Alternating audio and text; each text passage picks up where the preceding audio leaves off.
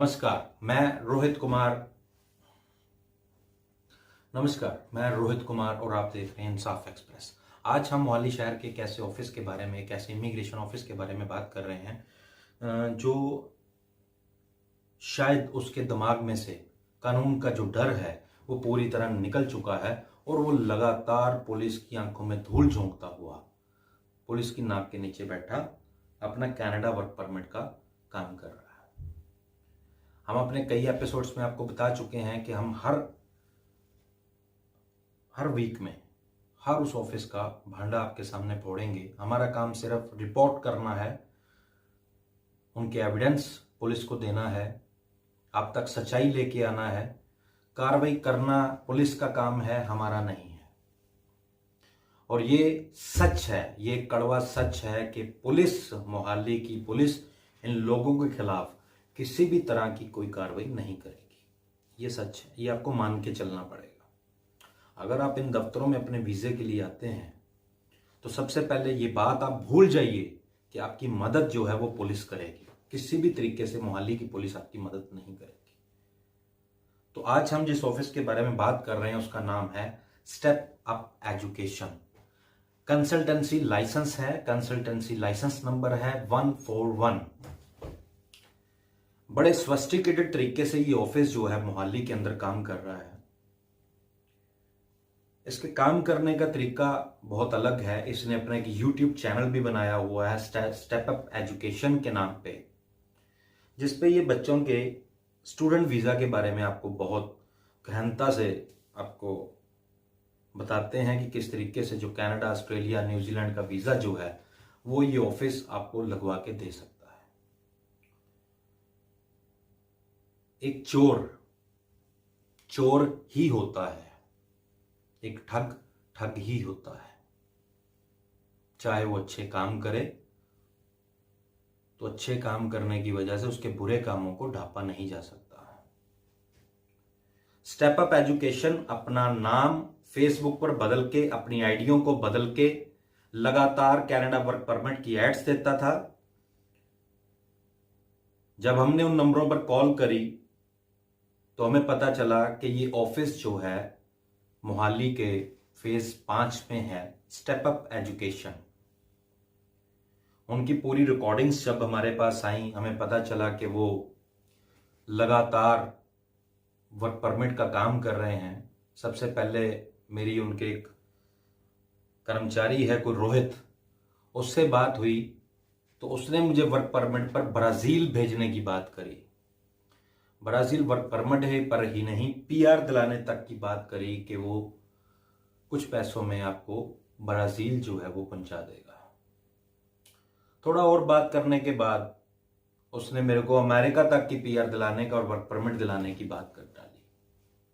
America वो देश जो आज हर दुनिया के हर देश का एक सपना है वहां के नौजवानों का कि हम किसी तरीके जाकर अमेरिका में अपना काम कर सकें। और ये लोग अपने AC दफ्तरों में बैठकर, ये भी पुलिस से कम नहीं है, ये वैसे ही हैं, तो ये अपने AC कमरों में बैठकर लोगों को अमेरिका, ब्राजील, कनाडा में सेटल कराने का एक झांसा देकर लोगों से लाखों रुपए ऐंठ लेते हैं। मुझे इनका नंबर 2017 एक वेबसाइट है complaints.com करके, वहां से इनका एक नंबर मिला जहां पे कई सैकड़ों लोगों ने इनको गालियां दे रखी थी, इनको बुरा भला बोल रखा था, इनको चीट बोल रखा था और लाखों रुपए इनसे ऐंठने की बात कर रहे थे। तो हमें लगा क्यों ना इसी नंबर पे कॉल करके चेक किया जाए। इसी नंबर से हम कनाडा की बात करके देखते हैं। सब लोग कंप्लेंट्स में बोल रहे हैं कि कनाडा वर्क परमिट के नाम पर ये लोग ठगी कर चुके हैं। तो हमने उसी नंबर पे जब डायल करा तो किसी रोहित नामे कर्मचारी ने इनके ऑफिस से फोन उठाया और खुद को स्टेप अप एजुकेशन का कर्मचारी बताते हुए हमें ब्राजील और अमेरिका का PR और वर्क परमिट दिलाने का वादा कर डाला। अब सोचने वाली बात यह है कि ये कुछ 3-4 साल पहले का नंबर जो चल रहा था, इतनी कंप्लेंट्स जो डली हुई की थी, या तो कंप्लेंट्स वो झूठी थी, खुद लोगों ने ऐसे ही डाल दिया कि हमारा 30,000 खा लिया, हमारा 2 लाख की चीटिंग कर ली हमसे।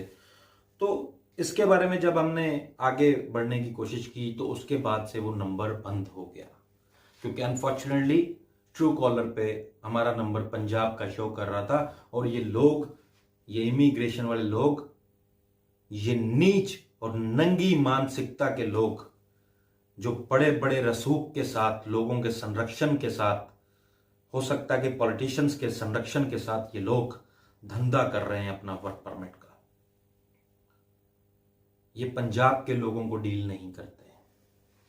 ये अन्य प्रदेशों में, हमने आपको कई बार बताया, ये अन्य प्रदेशों में जो है अपने विज्ञापन देते हैं नकली नामों के साथ, ताकि कल को पकड़े जाने पर, अगर पकड़े भी जाते हैं तो पुलिस की आंखों में धूल झोंक सके कि नहीं, ये हमारे से रिलेटेड विज्ञापन नहीं है। तो आज बात हम स्टेप अप एजुकेशन की करेंगे। स्टेप अप एजुकेशन के 2 तरह के विज्ञापन लगते हैं। एक विज्ञापन उनका 2 नहीं 3 तरह के विज्ञापन लगते हैं। एक विज्ञापन जो खुद अपने ऑफिस का वो स्टेप अप एजुकेशन का ही देते हैं, जिस जगह पे वो लाइसेंस मिला हुआ है उनको, उस जगह का। दूसरा विज्ञापन, ये वर्क परमिट का विज्ञापन आपको मैं बता रहा हूं जो वो देते हैं। दूसरे तरह का विज्ञापन जो स्टेप अप एजुकेशन का रहता है, वो स्टूडेंट वीजे को लेकर रहता है, वो भी सेम ऑफिस का ही रहता है। लेकिन एक और, ये जो ठग लोग हैं इनका दिमाग कुछ ज्यादा ही चलता है। एक और तरह का ये विज्ञापन देते हैं, जिस विज्ञापन में ये अपने ऑफिस का एड्रेस चेंज कर देते हैं। एक खाली पड़ा ऑफिस जो रहता है वहां पर ये अपना सेटअप जमाते हैं और अलग तरीके से वहां पर इमिग्रेशन ऑफिस का सेटअप तैयार करके उसका विज्ञापन देकर, लाइसेंस नंबर सेम देकर, इनकी सोच, इनके पढ़े लिखे होने का अंदाजा आप यहीं से लगाइए कि जो अलग ऑफिस का ये विज्ञापन दे रहे हैं, उसी विज्ञापन के अंदर ये अपना कंसल्टेंसी लाइसेंस लेकर ये बताना चाह रहे हैं कि हम छुप चुके हैं, वो ऑफिस हमारा नहीं है, लेकिन लाइसेंस सेम है। जब हमने दोनों कड़ियों को जोड़ने की कोशिश की, जो दूसरा विज्ञापन था, जो अभी आप ये देख रहे हैं, ये विज्ञापन, इस पे जो नंबर था, इस पे जब हमने कंसर्न करा, इनसे कांटेक्ट करा, तो इन्होंने बोला कि स्टेप अप एजुकेशन नाम से हमारा किसी भी तरह का कोई लेना देना नहीं है। तो एक बार तो हम भी सोचने लगे कि हो सकता है यार कि ये ऑफिस जो है, इसका कोई लाइसेंस यूज कर रहा है। तो एक नया विज्ञापन निकल के सामने आया। जब उस पे कॉल की गई, उसकी रिकॉर्डिंग भी हम आपको सुनाएंगे अभी। उस पे उस लड़की ने बताया कि जी ये ऑफिस हमारा ही है। जो विज्ञापन आप फेज 7 का देख रहे हैं, जिसपे लाइसेंस नंबर 141 लिखा हुआ है, जो स्टेप अप एजुकेशन का है, जिसके बारे में पहले वाली लड़की बोल चुकी है कि उसका स्टेप अप एजुकेशन से किसी तरह का लेना देना नहीं है। लेकिन स्टेप अप एजुकेशन वाली लड़की बोल रही है कि हमारा जो ऑफिस है दूसरा, वो फेज 7 SCO नंबर 124 में है, वो हमारी एक ब्रांच है। लगातार इनके कनाडा वर्क परमिट के जो विज्ञापन हैं, वो केरला, तमिलनाडु, गुजरात, हिमाचल प्रदेश, उत्तर प्रदेश, तेलंगाना, आंध्र प्रदेश, इन एरियाज में ये अपने विज्ञापन देके दूर से लोगों को बुला के उनके साथ एक गोरख धंधा जो है वर्क परमिट का, वो कर रहे हैं। हमने पहले भी आपको बोला, हमारा काम पुलिस को इंफॉर्मेशन देना, आपको अवेयर करना, इससे ज्यादा कुछ नहीं है। और हम फिर बड़ी शर्मिंदगी के साथ भी कहना होगा कि हमारी पुलिस इन लोगों के खिलाफ कोई कार्रवाई नहीं करेगी। ये ऐसे मकरूह चेहरे वाले लोग हैं, ऐसे घिनौने लोग हैं, जिनसे शायद पुलिस भी डरती है। जो लोग सरेआम रिवॉल्विंग चेयर्स पे बैठ के, कभी ये रिवॉल्विंग चेयर एक IAS IPS या एक बड़े पढ़े लिखे इंसान के लिए हुआ करती थी, आज ऐसे ठग लोग जो हैं वो कोट पैंट पहनकर, टाई सूट बूट पहनकर, इन चेयर्स पर बैठकर लोगों को गुमराह करके अपना घर का धंधा बनाए बैठे हैं। कानून को जैसे ये अपनी मुट्ठी में करके लगातार पुलिस की आंखों में धूल झोंकते हुए, मैं इसको धूल झोंकना नहीं बोलूंगा, हम इस ऑफिस के बारे में भी पुलिस को जानकारी दे चुके हैं, लेकिन इसके बारे में भी किसी भी तरह की कोई कार्रवाई पुलिस द्वारा नहीं की गई। तो ये स्वाभाविक है, ये कुछ नया नहीं है। जहां से पुलिस का सिस्टम शुरू होता है, हम पिछले एपिसोड में बताया कि पुलिस का कोई सिस्टम वैसे तो है नहीं, लेकिन जहां से इनका सिस्टम शुरू होता है वहीं पे चुंगियां बनी होती हैं, छोटे छोटे टोल प्लाजाज होते हैं। उन टोल प्लाजा को कैप्चर किया जाता है इन इमिग्रेशन दफ्तरों द्वारा। एनीवेज, ये इमिग्रेशन ऑफिस का जो स्टूडेंट वीजे का जो यूट्यूब चैनल है, वहां पर एक लेडी जो है वो लगातार लोगों को बताती हुई नजर आती हैं कि हम आपका कनाडा का या ऑस्ट्रेलिया का वीजा जो है वो बड़े अच्छे तरीके से तैयार करके आपको वो वीजा लगवा देंगे, हम आपको बाहर भेज देंगे। ऐसे लोगों से क्या आप उम्मीद रख सकते हैं, जो दूसरों के घरों को लूट रहे हैं, जो दूसरों की खुशियों को बेचकर खुद की खुशियां बटोरने की कोशिश कर रहे हैं, जो दूसरों के बच्चों की जिंदगी को बर्बाद करके खुद के बच्चों के लिए एक आलीशान जिंदगी देने की कोशिश कर रहे हैं, जिसमें कई रसूखदार लोग जो हैं वो इनका साथ देते हुए नजर आते हैं। हमारा काम सिर्फ आपको अवेयर करना है, आगाह करना है, जागरूक करना है।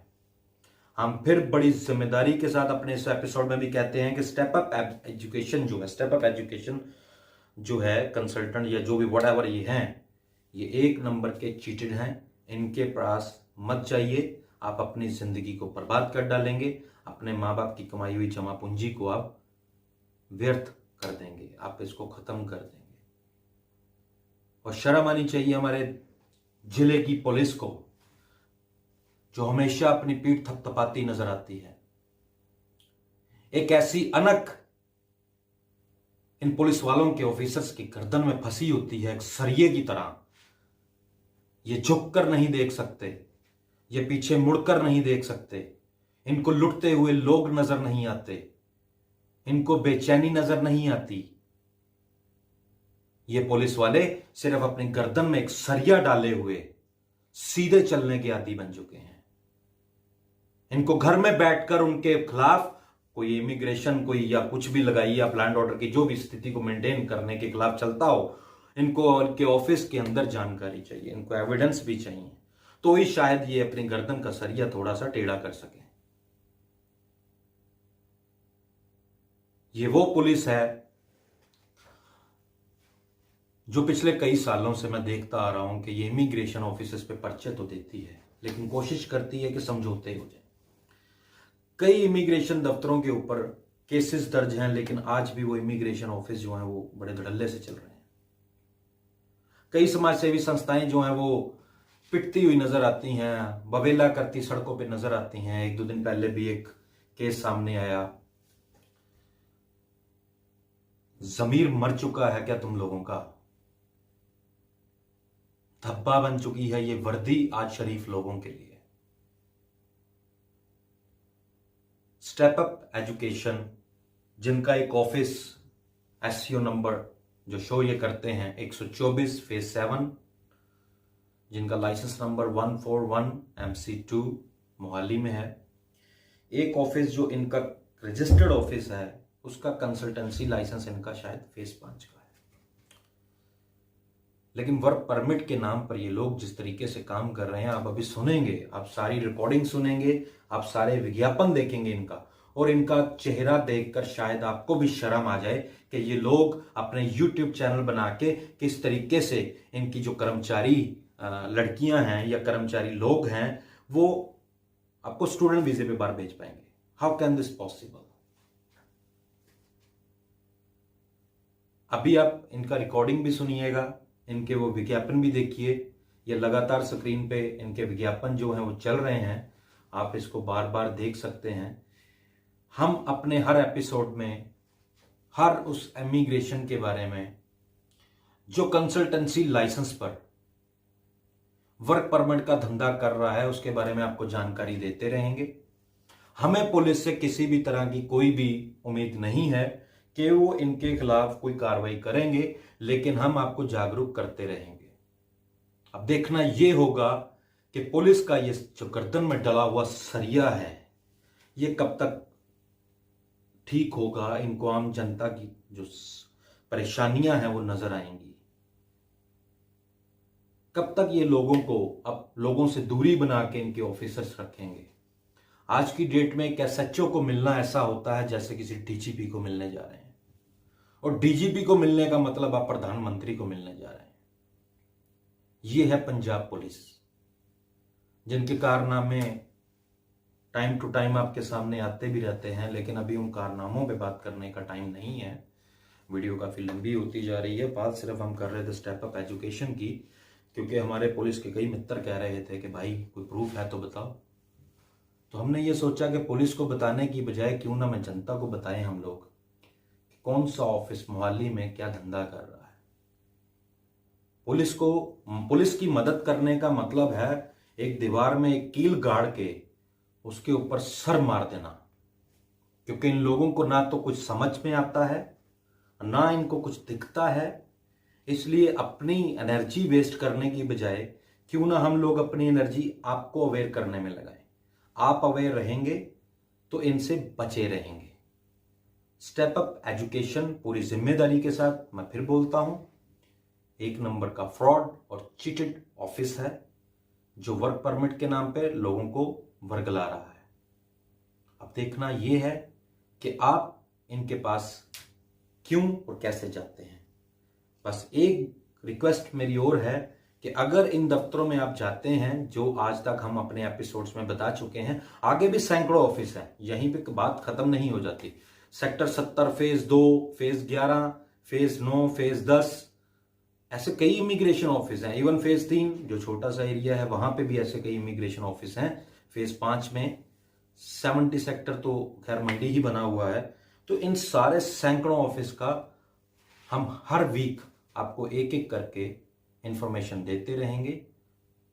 एक बार हमारी रिक्वेस्ट पे, हमारी दी गई इंफॉर्मेशन के अलावा भी आप पुलिस थाने में जरूर जाइए, उनसे जानकारी लीजिए, ताकि आप किसी एक की जिम्मेदारी निर्धारित कर सकें जब आपके साथ लूट हो जाए। हमें इजाजत दीजिए, आप सतर्क रहिए और इन लोगों से बचे रहिए। धन्यवाद। हेलो। हेलो। हाँ जी, good afternoon. Good afternoon ma'am. हाँ जी, कौन बात कर रहे हो? मैम मेरी बात हुई थी पहले ना। हेलो। हाँ जी, हाँ जी। मैम स्टेप अप से बात कर रहे हैं ना? हाँ जी सर, मैं स्टेप अप से बात कर रही हूँ। हाँ जी मैडम जी, पहले बात हुई थी मेरी ना यहाँ पे ओके कनाडा के लिए, तो इसलिए फोन कर रहा था मैडम मैं।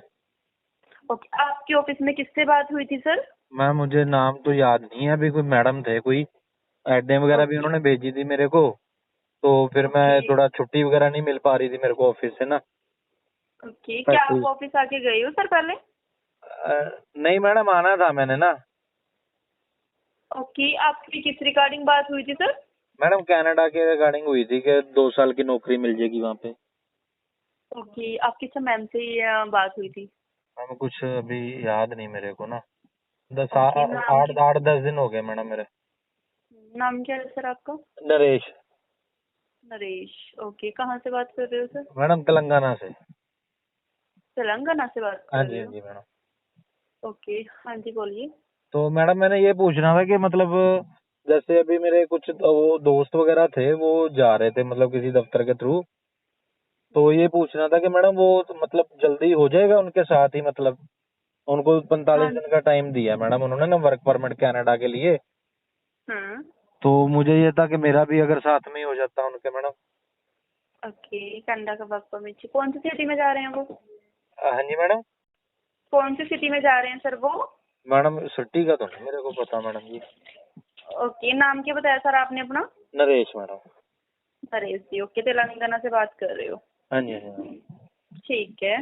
एंड एज कितनी है सर आपकी? मैडम 23 साल। ओके, काम क्या करते हो सर? मैम फैक्ट्री है, बिस्किट फैक्ट्री, उसमें काम करता हूँ मैडम। ओके, देन अभी किसी कंट्री में ट्रैवल किया है सर पहले कभी? नहीं नहीं मैम, कभी नहीं किया। ओके, देन आपको कनाडा का वर्क परमिट चाहिए, राइट? जी जी मैडम जी, मेरी बात हो जी गई जी। थी मैडम, वो कह रहे थे, मैंने कहा था कि मेरे से आया नहीं जाएगा, तो कह रहे थे कि आप ऑनलाइन कुछ पेमेंट थी 25,000 के, पता नहीं 15, 7,000 कुछ फाइल खर्चा ऐसे करके थी कुछ, इसलिए दोबारा फोन करा था, क्योंकि मैडम छुट्टी मिल नहीं रही मेरे को यहाँ से। तो मैं सोचा था कि मतलब ऐसे ही, मतलब अगर ऑनलाइन चला जाए तो मैं उन लड़कों के साथ ही, तब तक मेरा भी हो जाएगा। देखिए सर, पता क्या होता है, मुझे ऐसा लग रहा है कि आपसे मेरी बात पहले भी हो चुकी है, मतलब मुझे लग रहा है, बट कंफर्म मैं भी नहीं कह सकती हूँ क्योंकि मेरे माइंड से स्किप हो गया है, हो राइट। सकता है मैडम, मुझे तो पता नहीं है मैडम। हाँ जी, हो सकता है कि मैं जानवी बात कर रही हूँ, ठीक है, बिकॉज मैं क्या वर्क नाम है डिपार्टमेंट मैडम से बात आपका? कर। जानवी। नहीं मैडम, वो तो कुछ और नाम ही था, मतलब जानवी तो नहीं था। कुछ और मतलब फिर मेरे भी। पास ma'am 3 number save the. Hmm. Step up education ना, स्टेप अप एजुकेशन। हाँ जी, हाँ जी, हाँ हाँ जी, जी। हाँ जी। चले कोई नहीं मैडम, आप मुझे बता दीजिए, मतलब मेरे ना दोस्तों को दिया 45 दिन का टाइम ना, कनाडा वर्क परमिट के नाम पे। तो मुझे ओके। वो कब तक मैम हो सकता है, अगर मेरा भी उनके साथ हो जाए? देखिए सर, वर्क परमिट की जो टाइमिंग होती है वो 45 to 60 डेज की ही होती है। ठीक है मैडम ठीक है। जी। हाँ जी। तो इसमें मेन चीज़ क्या होती है मैं आपको बता देती हूँ, मुझे नहीं पता सर, ना तो आपको कुछ याद है कि आपकी पहले किससे बात हुई है, ना नहीं ही मैम कुछ, मुझे, ठीक जी है। जी हाँ, नए सिरे से ही बता दीजिए मैम। हाँ जी। क्या आपको मैम ने सारा प्रोसीजर क्लियर कर दिया था? हाँ जी मैडम, ऐसा कुछ बताया था कि 2 साल का वर्क परमिट रहेगा कनाडा का, और 1 साल हम्म। का एक्सटेंडेबल रहेगा, और हम्म। रहना खाना फ्री हो जाएगा, हम्म। और 2 से 2.5 लाख रुपए का खर्चा आएगा। बाकी टोटल जो खर्चा था वो मुझे याद नहीं, 5 या 7 लाख कुछ ऐसा बता रहे थे, कि बाकी वहां जाके तनख्वाह में से कट जाएगा, और हम्म। कुछ 25 से 35 हजार यहाँ पे खर्चा आएगा, और बाकी खर्चा जो है वो आप जब वीजा आ जाएगा टिकट के टाइम पे दोगे। हाँ जी सर, एक मिनट रुकना।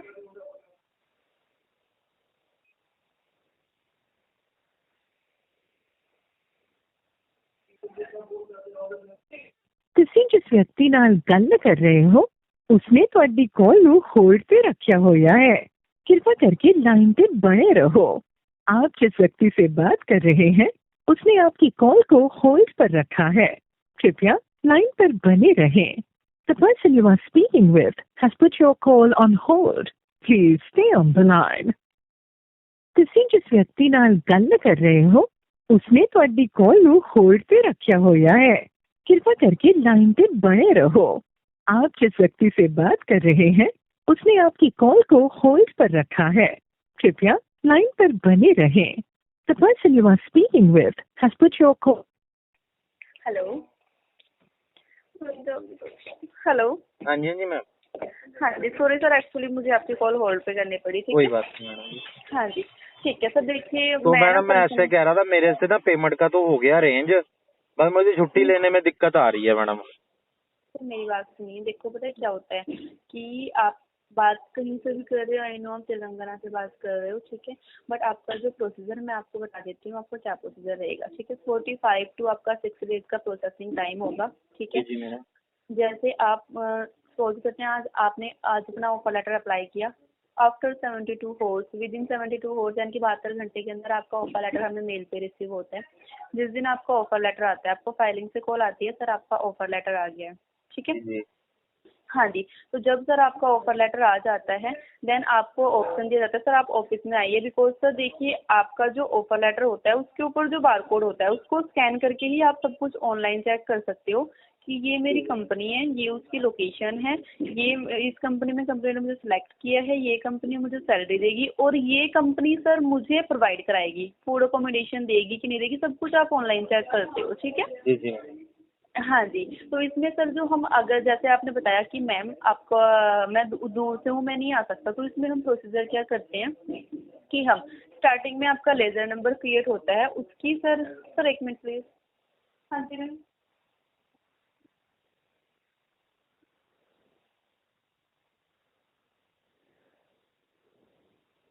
ਤੁਸੀਂ ਜਿਸ ਵਿਅਕਤੀ ਨਾਲ ਗੱਲ ਕਰ ਰਹੇ ਹੋ ਉਸਨੇ ਤੁਹਾਡੀ ਕਾਲ ਨੂੰ ਹੋਲਡ ਤੇ ਰੱਖਿਆ ਹੋਇਆ है। कृपया करके लाइन पे बने रहो।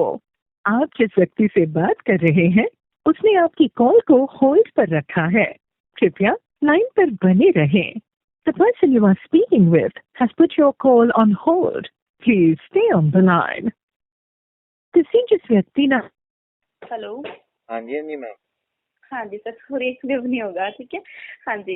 तो सर उसमें क्या होता है कि आपका लेजर नंबर क्रिएट होता है, जिससे हमें लगता है कि हम कंपनी को आपके डॉक्यूमेंट्स आए, ठीक है, हम फर्स्ट ऑफ आपकी फाइल बनाते हैं ऑफर लेटर के लिए, ठीक है। आपका रिज्यूमे बनाते हैं, ठीक है। एंड आपका जब रिज्यूमे हम बनाते हैं फिर हम कंपनी को मेल करते हैं, उसके हम आपसे स्टार्टिंग में 5000 लेते हैं ओनली, ठीक है। इस 5000 से हम आपको रिफंडेबल लिस्ट आपके साथ के साथ प्रोवाइड कराए जाते हैं, क्योंकि हमें सर कोई बेनिफिट नहीं है। हमें बेनिफिट तब होता है जब आपका वीजा आएगा, ठीक है। जी तो ये 5000 से सर आपकी जो फाइल है एक तरीके से कह सकते हैं प्रोसेसिंग में चली जाती है कंपनी में, ठीक है। ठीक है मैडम। आफ्टर 72, हाँ जी, within 3 to 4 days sir आपका ऑफर लेटर आता है। जी जी ਤੁਸੀਂ ਕਿਸ ਵਿਅਕਤੀ ਨਾਲ ਗੱਲ सो हेलो। जी जी मैम। हाँ जी, आफ्टर सर 3 से 4 दिन में आपका जब ऑफर लेटर आता है तो आपको कॉल आएगी, सर आपका ऑफर लेटर आ गया, ठीक है। अगर आप ऑफिस विजिट कर सकते हो वेल एंड गुड है, अदरवाइज आपको वीडियो कॉल पे मैं ऑफर लेटर दिखा दूंगी, ठीक है। देन फिर आपने क्या करना होता है कि स्कैन करके अपने सिग्नेचर वो आपने हमें भेजना है, बिकॉज सर ऑफर लेटर पे सिग्नेचर जाते हैं। Okay madam. हाँ जी, तो जब सर आप ऑफर लेटर अपना रिसीव कर लेते हो, ठीक है, हम आपका ऑफर लेटर वापस कंपनी को मेल करते हैं। कंपनी को वापस ऑफर लेटर मेल करने के बाद कंपनी को होता है कि हाँ बंदे ने अपना ऑफर लेटर एक्सेप्ट कर लिया, लाइक जो हम उसे सैलरी देंगे या जो भी हम उसको फैसिलिटीज दे रहे हैं बंदा उसके लिए एग्री है, ठीक है। Okay madam. हाँ जी, तो फिर उसके बाद मैडम सर इसमें मतलब जैसे मेरी 23 साल की एज है, मुझे इंग्लिश आती नहीं है, तो सर देखिए मेरा वर्क में कोई मैटर नहीं करता सर। लैंग्वेज आपको पता है कनाडा में आधे से ज़्यादा पंजाबी रहते हैं, इंडियंस रहते हैं, तो वहाँ पे लैंग्वेज का कोई इशू नहीं आएगा। 2 साल का सर आपका वीज़ा रहेगा, 1 ईयर सर आपका एक्सटेंड होगा पीआर अप्लाई करने के लिए। अगर आप इन 2 साल में सर किसी भी कंपनी के बेस्ट एम्प्लॉय बन जाते हैं तो वह कंपनी के थ्रू आपको पीआर मिल जाती है। Okay ma'am. हाँ तो जी, मैम एंड इसमें जो ये 2 साल का ही वर्क परमिट रहेगा या इसको बढ़ा भी सकते हैं? एक्सटेंड हो जाता है सर। ओके, तो वो आप ही करवा दोगे मैम यहाँ से या फिर? हाँ, कोई इशू नहीं सर, हम करवा देंगे, बिकॉज हमारे वहाँ की इमिग्रेशन के साथ टाई अप्स होते हैं ना सर। Okay okay ma'am. तो हाँ इसमें जी मैम सर। जो है टोटल खर्चा क्या आ जाएगा? सर इसमें देखिए आपका जो टोटल खर्चा आएगा, ठीक है, आपका 5 to 6 लाख के राउंड में आएगा। एंड ये जो पेमेंट होगी सर आपकी, ठीक है, ये जो पेमेंट होगी ये आपको ऑप्शन दिए जाते हैं कि आप सैलरी में से भी डिडक्शन करवा सकते हो और कन्वर्ट होने के बाद पे भी कर सकते हो। ठीक है मैडम जी। तो हाँ मैडम जी जैसे सर। अभी मैंने तो वैसे मेरे को 35 बोला था, अभी मैं हाँ जी तो मैं सर, अभी ये पता क्या 5,000 होता रुपया है, डलवा दूं मैम? सर पता क्या होता है कि 5000 आपकी प्रोसेसिंग फीस होती है। जी जी। एंड आपने सुना होगा कि बंदा एयरपोर्ट पे जाता है और उसको एयरपोर्ट पे से वापस मोड़ दिया जाता है, सुना ही होगा सर आपने ये, ठीक है। हाँ जी, तो ये क्या होता है कि इंडियन एम्बेसी की जो अप्रूवल होती है उसको बोलते हैं हम एयरपोर्ट ट्रांजेक्ट, कि आपसे एयरपोर्ट, जैसे आपने बताया कि मैम मुझे लैंग्वेज इशू है, तो हम वो आपको एयरपोर्ट ट्रांजेक्ट करवा के देते हैं, ठीक है। उसमें क्या होता है, अगर आपकी पिंक कलर का पेपर होगा, अगर आपके हाथ में वो पेपर है तो आपको एयरपोर्ट पे कोई टच नहीं करेगा, कोई क्वेश्चन आंसर्स नहीं करेगा, यानी कि वो इंडियन एम्बेसी की अप्रूवल होती है, ठीक है। तो तो मतलब वो उसकी पिंक और कागज मैम किस चीज का होता है? सर इंडियन एम्बेसी की अप्रूवल होती है कि आपसे कोई एयरपोर्ट पे कोई क्वेश्चन आंसर नहीं करेगा, आपको क्रॉस करने में प्रॉब्लम नहीं आएगी। हाँ ओके जी ओके सर। मैम। तो इसमें सर जो आपकी रहेगी, ठीक है, इसमें ये लाइक आपकी जो पेमेंट होती है, आपको जो पीसीसी और जो एयरपोर्ट ट्रांजेक्ट होता है ना वो हम करवा के देते हैं, उसकी आपसे 30,000 पेमेंट लेते हैं, ठीक है। आप भी ओके करवा ओके के दे मैडम। सकते हो या फिर आप हमें पेमेंट करते हो, उसकी होती है, नहीं, हमारा यानी तो कि मैडम एम्बेसी के साथ तो इतना कहाँ हमें पता, एम्बेसी तो वो तो आपका ही हाँ होएगा। जी तो मैम ये हाँ जी एम्बेसी वाले मतलब इनकी फीस होती है या वैसे उनको भाईचारे में मतलब वो पिंक वाला कागज लेते हो आप? सर ये पेमेंट कुछ अगर आप अपने से थ्रू करवाते हो, आप दिल्ली एम्बेसी में जाते हो, वहाँ से मिल जाता है, फॉर्म भरा जाता है। लेकिन अगर आप हमारे टाइप से करवाते हो तो आपको वो डिस्काउंट में मिलता है, लाइक पीसीसी। ओके। पीसीसी 18,800 में होता है, बट अगर हम करवाते हैं क्योंकि हमारे टाई अप्स हैं तो आपको देखियो आपका ये 16,000 कुछ का सर आपका ये एयरपोर्ट ट्रांजेक्ट होता है और 13,000 में आपको पीसीसी करवा के दे देते हैं हम। नहीं, फिर इससे मैम फिर इंग्लिश वगैरह नहीं पूछेंगे वो, मतलब इंग्लिश नहीं, आती है? वो आपसे क्वेश्चन ही नहीं करेंगे सर। Okay madam. और ये किस चीज का पेपर होता है मैडम, मतलब ये क्या चीज क्या होती है ये?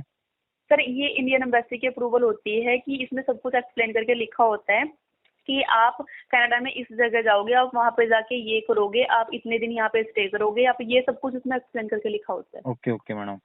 तो मैडम ये आपका ना, मुझे वो जिस मैडम से मुझे आइडिया नहीं, क्योंकि 3 नंबर ये मैम, एक सेकंड आपको मैं बताऊं नंबर मैम, उन्होंने मुझे कुछ एड्स वगैरह भी भेजी थी।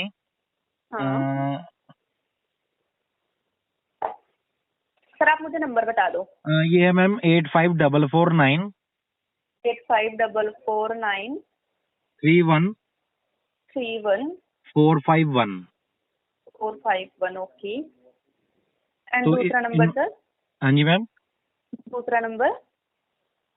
हाँ जी, ये मैम एक सेकंड, ये इन्होंने तो ये ऐड वगैरह भेजी थी, ये मैं आपको सुना देता हूँ मैम, प्लीज मुझे देख, क्योंकि मैं कंफ्यूज ना हो जाऊं, क्योंकि कई दफ्तरों नहीं में नहीं कॉल करी थी मैडम मैंने ना। हाँ जी, हाँ जी, हाँ जी। मैं 1 मिनट मैम आपको बताता हूँ, 1 सेकंड, जो ऐड में लिखा हुआ है पुराना माने तो मैम इसमें मैम है Canada work permit 2 year, process time 45 days, licence number है 141/MC2, 141/? 141/MC2। 141 बोल रहे हो ना? हाँ 141MC2। ठीक है। तो ये आप ही का है ना मैडम? हाँ जी सर। लेकिन इसके नीचे मैडम इन्होंने मुझे ब्राइट कैरियर लिख के भेज दिया। तो 1 मिनट रुको, आपने क्या बोला? 141 ब्राइट? नहीं 141/MC2। ये हमारा नहीं है, हमारा लाइसेंस नंबर ओनली 141 है। मैं आपको सेम नंबर पे व्हाट्सअप कर दूँ, कोई प्रॉब्लम नहीं है। चलो ठीक है मैडम। तो मैडम मुझे ये बता दीजिए आपके मतलब मैं अपना अकाउंट नंबर सेंड कर दीजिए मैम मेरे को। सर देखिए, अकाउंट नंबर बाद की बात होती है। फर्स्ट ऑफ तो आप मुझे ये बताओ कि जो आपने मुझे ऐड बताई वो इस नंबर की है, इस नंबर से आई हुई है जो आपने मुझे व्हाट्सअप किया? नहीं नहीं, आपका नंबर तो नहीं, पहले ही था मुझे। हाँ ये मेरा नंबर है आपके पास, जी बट जी जो नंबर आपने मुझे अभी बताया है, जी जी। ये नंबर पे आ रही है जो आपने भेज दिया मुझे? हाँ जी मैडम। 141 क्या बताया आगे से सर? 141 लिखा हुआ है मैडम। मैंने ना ये लिस्ट भी उन्होंने भेजी थी साथ में मेरे को, तो उसमें ये नंबर लिखा हुआ है स्टेप अप। और जो इन्होंने कार्ड भेजा है मैडम, क्योंकि ये लाइसेंस नंबर अगर आपका है तो ये है bright career consultant MS Harjot Kaur. Sir आप ना एक काम करो, आप मुझे ये जिस नंबर से आप बात कर रहे हो ना, ये सेम नंबर मेरा व्हाट्सएप पे है, वहाँ पे मुझे ये ऐड फॉरवर्ड कर दो, मैं एक बार चेक कर लेती हूँ। फिर फर्स्ट ऑफ आप मुझे अपना आधार कार्ड, पैन कार्ड और पासपोर्ट स्कैन करके भेजो, उसके बाद मैं आपके फाइल रेडी करवाऊंगी, उसके बाद आपकी पेमेंट होगी सर। क्योंकि हम पहले ही पेमेंट नहीं लेते हैं, हम तब पेमेंट लेते हैं जब आपका काम रेडी हो जाता है। पहले आपकी फाइलिंग में जाएगी, ओके फाइलिंग मैडम। नंबर से फिर आपका लेजर नंबर आता है, तब आपकी पेमेंट होती है। ठीक है मैडम जी, ठीक है। हाँ जी, आप मुझे ये सेम मैडम नंबर मैं पे ना पहले आपको वो, ये ऐड और वो भेज रहा हूँ मैडम अभी ना, ये कार्ड उन्होंने जो दिया था मेरे को।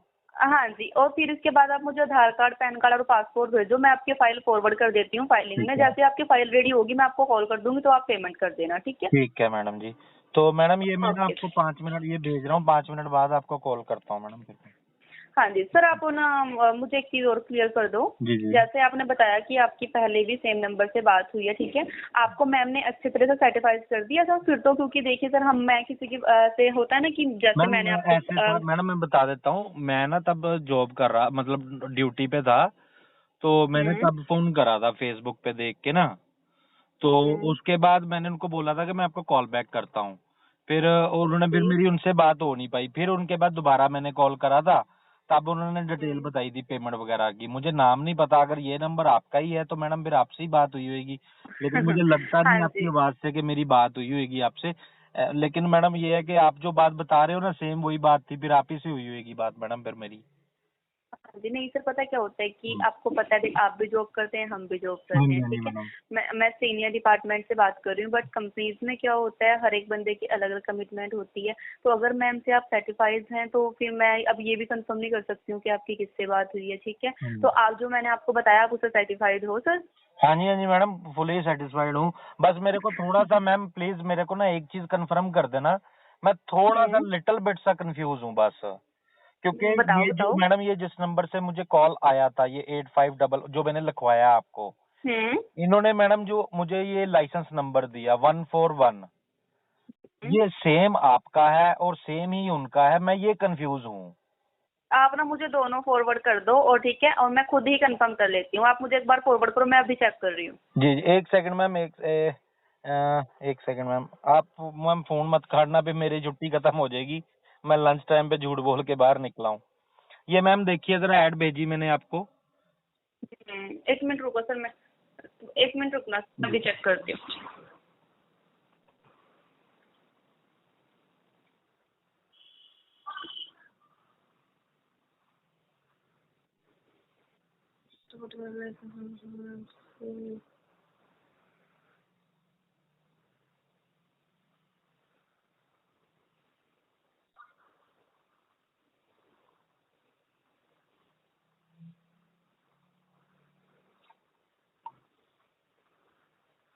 हेलो। हाँ जी मैम। हाँ जी सर। सर ये हमारी ब्रांच है जी। ओके ओके मैडम, ये ब्रांच आप ही की। ये कार्ड भी इन्होंने हाँ भेजा था मैडम, ये कार्ड है ब्राइट कैरियर कंसल्टेंट करके ना, ये कार्ड जी। भी भेजा मैंने आपको, हरजोत कौर। एक मिनट रुको सर, मैं कार्ड भी दे। एक मिनट सर। सर ये हमारे ही है सर। ओके ओके, अब कंफ्यूजन दूर होगी मैडम, क्योंकि दो दो नंबरों पे अलग अलग ऐडें थी। मैं वही टेंशन में आ गया था कि मैं कहीं पैसे किसी और को ना दे बैठूं। Okay okay okay. जी जी मैडम। तो ये मैम आप मतलब आप बात कर रहे हैं स्टेप अप एजुकेशन से, और ये बेस्ट कैरियर भी आप, ब्राइट कैरियर कंसल्टेंट भी आप ही का है? हाँ जी ओके ओके। इसमें मैम सिक्को नंबर जो एससीओ, ये मैम एससीओ पढ़ते हैं, सिक्को पढ़ते हैं, इसको क्या पढ़ते हैं ये? सर, SCF पढ़ते हैं इसको। 124 ना? जी ओके ओके मैडम, ठीक है मैडम, मैं फिर आपको डॉक्यूमेंट भिजवा रहा हूँ scan. Hello, good afternoon sir. Very good afternoon जी। सर स्टेप अप एजुकेशन से बात कर रहा हूँ। जी सर, स्टेप अप से बात कर रहा हूँ। सर मैं नरेश बात कर रहा हूँ तेलंगाना से। ओके। सर एक एडवर्टाइजमेंट देखा था काफी टाइम पहले, मेरे पास पड़ा था। हम्म। तो मैं सर अभी ब्रिटानिया कंपनी में काम करता हूँ, बिस्किट फैक्ट्री में। ओके। तो वहां से कुछ अरसा पहले मेरी जॉब चली गई थी। हम्म। तो सर इस रिगार्डिंग फोन करा है सर, कुछ हो सकता है मतलब कुछ वीजा वगैरह का? राइट नाउ सर, मैं आपको जॉब चाहिए आपको, तो मैं एक कंट्री में आपको सेटल करा सकता हूँ। सर बताइए सर। ब्राजील है, ब्राजील कंट्री है पास अभी। वैसे मैं टूरिस्ट कनाडा एंड यूके का कर रहा हूँ, ठीक है। सर टूरिस्ट पे तो फिर क्या फायदा होएगा? नहीं नहीं नहीं सर, सुनिए सुनिए, कनाडा यूके की बात मैं टूरिस्ट कर रहा हूँ, साथ में मैं ब्राजील कर रहा हूँ। उसमें बेनिफिट ये दे सकता हूँ आपको कि मैं 10 दिन में आपको वीजा हैंड ओवर कर दूंगा, ठीक सर है। ब्राजील में सर क्या जॉब रहेगी? ब्राजील में सर अमेरिकन कंपनी है। मुझे आपकी जॉब प्रोफाइल चाहिए फर्स्ट ऑफ ऑल, एक्सपीरियंस है आपके पास तो वो चाहिए। अमेरिकन कंपनी में आपकी जॉब करवा सकते हैं, वहाँ पे आपको डॉलर के अकॉर्डिंग सैलरी मिलेगी, ठीक है जी। जी जी और रही पेमेंट की बात सर, तो मैं आपसे सारी पेमेंट वीजा के बाद लूंगा, 1 रुपए पहले नहीं। Okay sir. 10 दिन के अंदर आपको वीजा हैंड ओवर कर सकता सर हूँ। सैलरी क्या रहेगी वहाँ पे? सैलरी सर अप्रोक्सीमेटली 60,000 अब। 60,000 सर, ये तो फिर रहना खाना कैसे रहेगा वहाँ पे? नहीं, एज ए फ्रेशर होती है ना ये। जी जी जी जी। जी एक्सपीरियंस मैं वही बोल रहा हूँ, अगर आप मुझे एक्सपीरियंस दे सकते हैं तो बहुत बैलेंस की बात है। सर एक्सपीरियंस तो आपको पता है सर, प्राइवेट कंपनी है ये ब्रिटानिया जो है, तो ये आप लेटर हेड पे लिखवा सकते हैं अगर मुझे चाहिए हो तो। नहीं सर, वो मैंने पता कर लिया था पहले। एक और हम्म। कंपनी है आपके वहाँ पे, कोई मुझे याद नहीं अब नाम आ रहा, कुछ वीजा लैंड, कुछ लैंड वीजा कुछ ऐसा। हम्म। उनसे मेरी बात हुई थी, तो वो कह रहे थे कि कनाडा का हो जाएगा वर्क परमिट ना। नहीं होगा सर, झूठ बोल रहे हैं, फ्रॉड कंपनी है वो। अच्छा सर। कनाडा का वर्क परमिट बंद है सर 15 मार्च तक। तो सर ब्राजील का जो रहेगा, इसमें खर्चा क्या आ जाएगा सर मेरा? सर देखिए, वेस्टर वीजा दे रहा हूँ आपको पूरे 1 साल का, ठीक है जी। जी जी सर। आपने वहां से मैक्सिको जाना है, मैक्सिको जा सकते हो। 6 महीने के बाद मैं आपको रेजिडेंसी कार्ड दे दूंगा वहाँ का, या पीआर भी दिलवा सकता हूँ, ठीक है जी। Okay sir. वहां से मैक्सिको जा सकते हो, नहीं तो मैक्सिको नहीं जाना, आप सीधा यूएसए निकल सकते हो। लेकिन थोड़ा पेशेंस रखना पड़ता है कि हाँ 6-7 महीने वहां पे लगाओगे तभी होगा ऐसा, ये नहीं कि मैं आपको सीधा भेज दूंगा। तो सर अगर मान लीजिए ये बात मुझे अच्छी लगी सर, कि अगर ब्राजील से मैं मैक्सिको या अमेरिका के लिए निकलता हूँ, तो उसमें सर कोई आपकी तरफ से हेल्प आउट रहेगा? बिल्कुल सर बिल्कुल। देखिए सर, यूएसए जैसी कंट्री में बंदे 22-22, मैक्सिको 22-22, 23-23 लाख रुपए खर्चा करते हैं, वो भी 4-4 महीने जंगलों में रहते हैं, ठीक है जी। जी जी जी जी सर। मेरा वो काम नहीं है, हमें पता है कि जान की कीमत कितनी है, इसलिए मैं आपको डायरेक्ट ब्राजील भेजूंगा। यहाँ से दिल्ली से सीधी आपकी फ्लाइट ब्राजील की करवाऊंगा। मेरा आपको पर्सनल सजेशन है सर, एटलीस्ट वहाँ पे 6 मंथ काम कीजिए, वर्क कीजिए, ओके जॉब सर। भी मैं दिलवा देता हूँ, ठीक है जी। जी जी सर। 6 मंथ जॉब करने के बाद आपको वहाँ पे एक रेजिडेंसी कार्ड बनता है, जैसा हमारे यहाँ पे इंडिया में आधार कार्ड होता है ना, जी जी जी सर। वैसा आपका वहाँ पे एक रेजिडेंस कार्ड बनेगा। उसके बिहाफ पे आप मैक्सिको बाई रोड जाना चाहेंगे अपनी गाड़ी लेके या बाइक लेके, या ट्रैवल करना चाहें, 13, 13.5, 14 घंटे लगते हैं। जी जी। आपको मैक्सिको बॉर्डर पे आपको पूछ रोका जाएगा, हाँ जी पासपोर्ट अपना, ओके। हाँ जी। आप वहाँ पे अपना रेजिडेंस कार्ड देंगे, जी जी सर। ओके। वो आपको बाई इज्जत, सॉरी सर, सर। योर रसीद योर रेजिडेंट कार्ड, जाइए सर वहीं पे आपके पासपोर्ट के ऊपर 3 महीने का मैक्सिको वीजा दे, बिना कुछ रोके टोके मैक्सिको में एंट्री दे देंगे 3 महीने के लिए। जी सर। 3 महीने के अंदर आपने यूएसए निकलना है वहां से सीधा। जी सर। मैक्सिको में जो है फिशिंग टर्बाइन नाम की कंपनी है, इसकी फिशिंग की मछलियों की कोई कंपनी, जी काफी जी जी। बहुत बड़ा प्लांट है। जी जी पूरे सर। वर्ल्ड में जो है वहां से सप्लाई जाती है, ट्रांसपोर्ट जाती है। Okay sir. वहां पे जॉब चाहिए, मैं वहां पे जॉब दिलवा दूंगा। वहां पे जॉब कीजिए आराम से, महीना 2 महीना, वहां से ट्रांसपोर्ट जाती है सीधी यूएस से। Okay sir. ठीक है जी, यूएसए के सेंटर पॉइंट तक जाती है। जी जी सर। आराम से बैठ के जाइए वहाँ पे, जी जी उतरिए, यूएसए में एंट्री होगी, वो भी लीगली होगी आपकी, इलीगल तरीके से आपको कोई धक्का नहीं दिया हमने। जी हाँ, जी जी ये आपको तरीका पसंद नहीं है तो आप आराम से अपने 6 7 8 महीने ब्राजील में लगाइए, पीआर लीजिए। जी पीआर सर। लेने के बाद आप डायरेक्ट यूएसए में एंट्री ले सकते हो लीगली। तो सर 6 7 महीने में पीआर हो जाता है वहाँ पे? 6 महीने में आपको रेजिडेंस कार्ड मिल जाएगा। ओके 3 महीने सर। के अंदर आपको पीआर दिलवा दूंगा, ये 9 महीने में। तो जी बाय लिविंग सर कैसी कंट्री है ब्राजील? सर 22 डिग्री टेम्परेचर रहता है वहाँ पे, 6 मंथ ऑलमोस्ट बारिश रहती है वहाँ पे, हर दूसरे दिन बारिश रहेगी। Okay sir. नॉर्मल टेम्परेचर उससे बोलते हैं, हाईएस्ट टेम्परेचर 22 डिग्री रहेगा वहाँ पे, मतलब ठंडा मौसम होता है। तो सर क्या खर्चा क्या आ जाएगा वहाँ का? टोटल उक्का सुक्का सर आपसे 2.5 लाख रुपए लूंगा ओके। वीजा आने पे, ठीक उससे है। पहले 1 रुपए नहीं। इसमें स्पॉन्सर से लेके हर एक चीज मैं मंगवा रहा हूँ, पीआर होल्डर से। Okay sir. जी तो इसमें सर शुरू में अभी क्या मतलब मुझे देना पड़ेगा अगर मैं आता हूँ तेलंगाना से? सर, मुझे सिर्फ आपका 4 चीजें चाहिए। जी जी एक आपका आधार कार्ड, एक पैन कार्ड, है आपका पासपोर्ट, 2 जी जी। फोटोकॉपी, और मुझे एक बैंक स्टेटमेंट चाहिए आपके अकाउंट की 2.5 या 3 लाख रुपए की। Okay sir. बस मुझे खाली वो बैंक स्टेटमेंट दे दीजिए, दैट्स इट। 10 दिन या 12 दिन में वीजा ले लीजिए आप फिर से। तो सर वहाँ जाते ही काम पे लग जाऊंगा मैं? जी, आप 2 दिन रेस्ट कीजिए, 3 दिन में आपको काम पे भेज दूंगा। वो भी ठीक है छोड़िए, सर। जाने से पहले मैं आपको वहाँ का कार्ड दे सकता हूँ, जो वहाँ पे हमारे लोकल बंदे हैं, जी जी। उनका रेजिडेंस कार्ड दिखा सकता हूँ, पीआर कार्ड दे सकता हूँ, आपके लिए हेल्प करने के लिए बहुत काम आएंगे।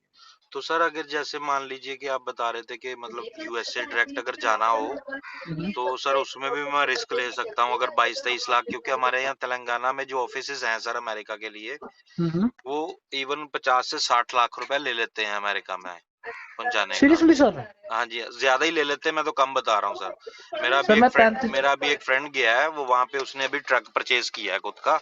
हम्म। तो वो 2 साल 3 साल हो गए सर गया, वो 70 लाख रुपए दे के गया था, मतलब डोंकी कोई होती वो लगा के वो जाते सर हैं। डोंकी डोंकी के चक्कर में मत फंसना, वहाँ पे वही बता रहा हूँ, जो जंगलों में रहना पड़ता है 4 4 महीने, फिर जाके यूएसए जाते हैं, वहाँ सर पे बंदे मर मैं जाते आप हैं सर डोंकी डोंकी मैं में। ना सर आपको बता देता हूँ, मेरे 2 बच्चे हैं सर।